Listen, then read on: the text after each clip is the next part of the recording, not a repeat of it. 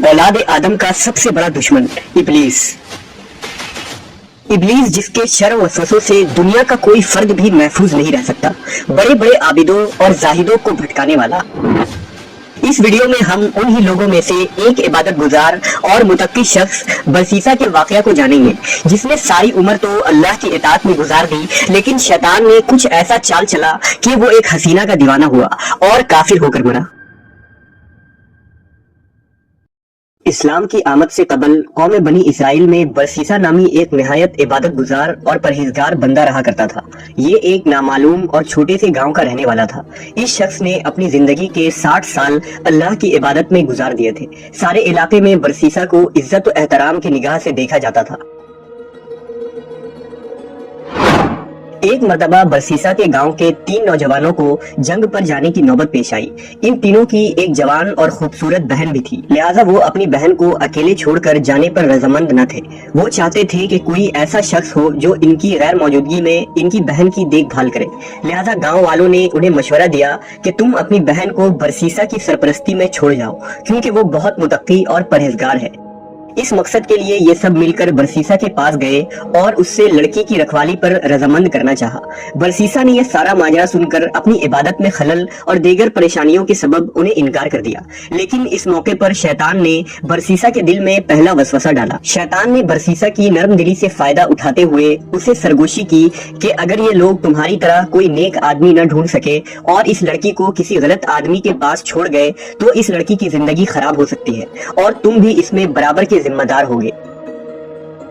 बरसीसा शैतान के इस वसवसे में आ गया और अगले ही दिन उसने उन 3 नौजवानों से उनकी बहन की रखवाली की जिम्मेदारी कबूल कर ली। अब वो नौजवान लड़की बरसीसा की इबादतगाह के सामने वाले घर में रहने लगी। शुरुआत में बरसीसा खाने पीने और दीगर जरूरियात की चीजें अपनी इबादतगाह के बाहर रख दिया करता और वो लड़की ये चीजें उठाकर ले जाती। एक दिन शैतान वापस आया और उसने बरसीसा के दिल में ये ख्याल डाला कि क्यों न तुम खाने पीने की चीजें लड़की के घर के दरवाजे के बाहर रख दिया करो। इस तरह उसे खुद चलकर तुम्हारी इबादतगाह तक न आना पड़ेगा और वो लोगों की निगाह से भी महफूज रहेगी। बरसीसा इस बात पर राजी हो गया और खाना पीना उस लड़की के घर के दरवाजे के बाहर रखना शुरू कर दिया। कुछ दिन बाद शैतान दोबारा बरसीसा के पास आया और उसे कहा, क्यों न तुम ये खाना उस लड़की के घर के अंदर रखाओ, क्योंकि इस तरह वो दरवाजा खोलने और घर से बाहर निकलने की जहमत से बच जाएगी और किसी इंसान की नजर में आने से भी बची रहेगी। बरसीसा को शैतान की ये बात भी बहुत भली महसूस हुई और उसने खाना पीना उस लड़की के घर के अंदर रखना शुरू कर दिया। कुछ अरसा गुजरा तो शैतान दोबारा वापस आया। इस बार शैतान ने बरसीसा से कहा कि वो लड़की दिन रात अकेली रहती है, कहीं तन्हाई से उकता कर बीमार न हो जाए। तुम्हें चाहिए कि तुम कभी कभी इससे बातचीत कर लिया करो। इस तरह तुम उसे इबादत की तरफ भी रागिब करो और नेकी की तरफ बुलाओ। बरसीसा को शैतान की ये बात भी बहुत पसंद आई और उसने एक दरवाजे के पीछे से लड़की से बातचीत करना शुरू कर दी। लेकिन इस तरह गुफ्तगू करने के लिए उन दोनों को बुलंद आवाज में बात करना पड़ता और दोनों को कोफ्त होती। अब शैतान ने बरसीसा से कहा कि तुम लड़की को अच्छी अच्छी बातें सिखा रहे हो और वो खुद भी इबादत की तरफ रागिब हो रही है, तो इसमें हर्ज ही क्या है कि तुम उसके कमरे में उससे ये बातें बताया करो। बरसीसा ने शैतान की ये बात भी मान ली और आखिरकार शैतान उन दोनों को एक ही छत के नीचे लाने में कामयाब हो गया। कुछ दिन इस तरह नेकी की बातें करते गुजरे और फिर उन दोनों के दरमियान आतिशे इश्क भड़कने लगी। वो नौजवान लड़की बरसीसा को अपनी हुस्न, अदाएं और जलवे दिखाने का कोई मौका जाय न करती। इधर बरसीसा की निगाहें लड़की के हुस्न से न हटती। यूं चीजें बिगड़ती चली गई और ये दोनों जिना के अमल में मुब्तला हो गए। कुछ अरसा इसी तरह गुजरा और फिर लड़की हामला हो गई। जल्द ही उसने एक बच्चे को जन्म दिया।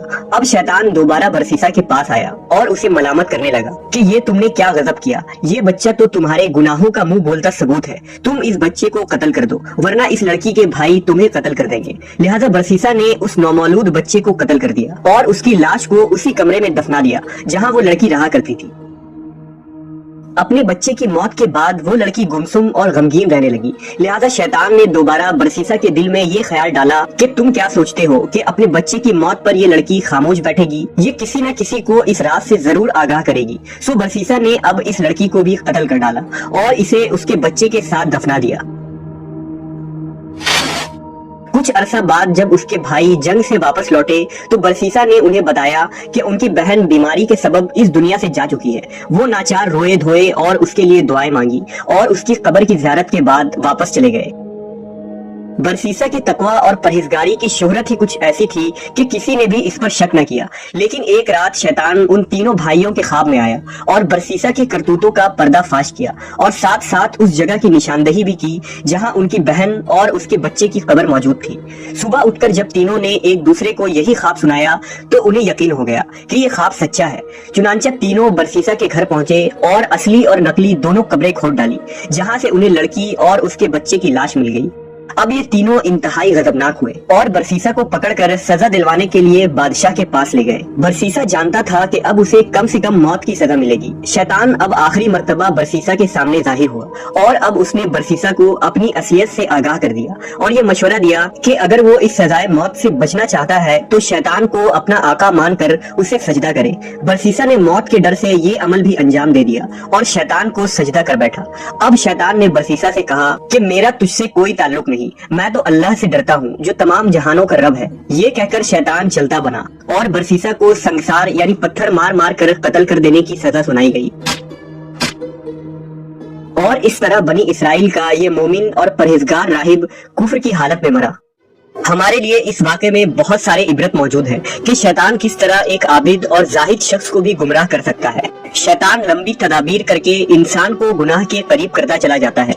वो एक दोस्त बनकर इंसान को वरगलाता है, जबकि शैतान इंसान का खुला दुश्मन है।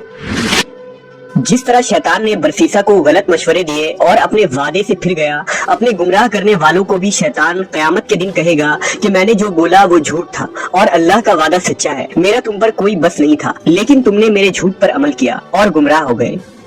इस वाक़े का इशारा कुरान मजीद में भी मौजूद है। लिहाजा ये वाक़या हजरत अली, अब्दुल्ला इब्ने मसूद, ताऊस, मुकातिल बिन हयान और इब्ने कसीर ने मुख्तलिफ अल्फाज के साथ सूरह हशर की इन आयात की तफसीर में बयान किया है। और मिसाल शैतान की सी है कि वो आदमी से कहता है कि तू मुनकिर हो जा, फिर जब वो मुनकिर हो जाता है तो कहता है बेशक मैं तुमसे बरी हूँ क्योंकि मैं अल्लाह से डरता हूँ जो सारे जहां का रब है।